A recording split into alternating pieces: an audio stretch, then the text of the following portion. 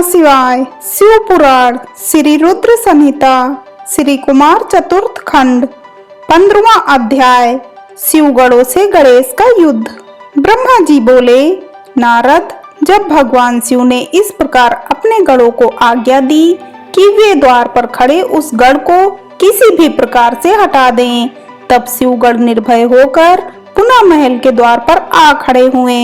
उन्हें देखकर गणेश जी हंसने लगे और बोले कि तुम फिर से आ गए।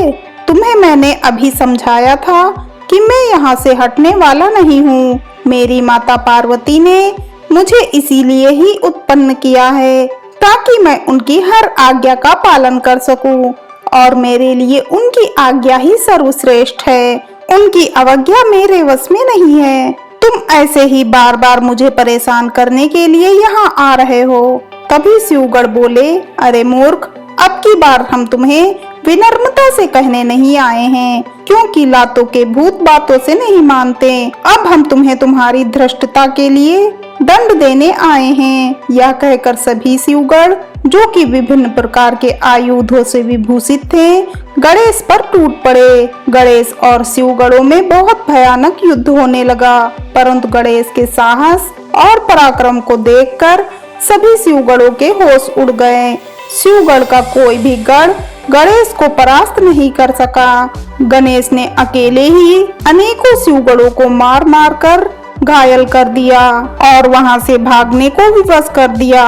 तत्पश्चात पुनः महल के द्वार पर डटकर खड़े हो गए। तब सब शिवगण घायल अवस्था में शिव जी के पास पहुँचे और उन्हें सारी बातें कह सुनाई। हे नारद, तभी मैं और श्री हरि भी भगवान शिव के दर्शनों के लिए कैलाश पर पहुँचे। वहाँ हमने भगवान शिव को इस प्रकार चिंतित देखकर उनकी परेशानी का कारण पूछा।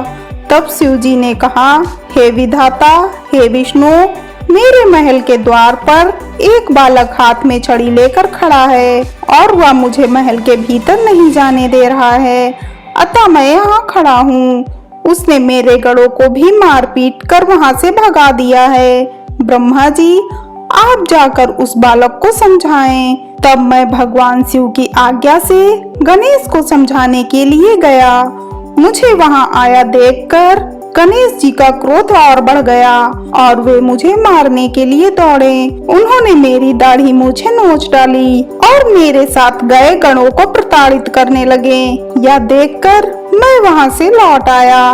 भगवान शिव को मैंने सारी घटना बता दी। यह सुनकर उन्हें बहुत क्रोध आया। तब शिव जी ने इंद्र सहित सभी देवताओं, भूतों, प्रेतों को गणेश जी को द्वार से हटाने के लिए भेजा, परंतु यह सब व्यर्थ हो गया। गणेश ने सबको मार पीट कर वहां से भगा दिया। उस छोटे से बालक ने देवताओं की विशाल सेना के छक्के छुड़ा कर रख दिए। जब इस बात की सूचना महादेव जी को मिली तो वे बहुत क्रोधित हुए और स्वयं ही गणेश जी को दंडित करने के लिए चल दिए। हर हर महादेव।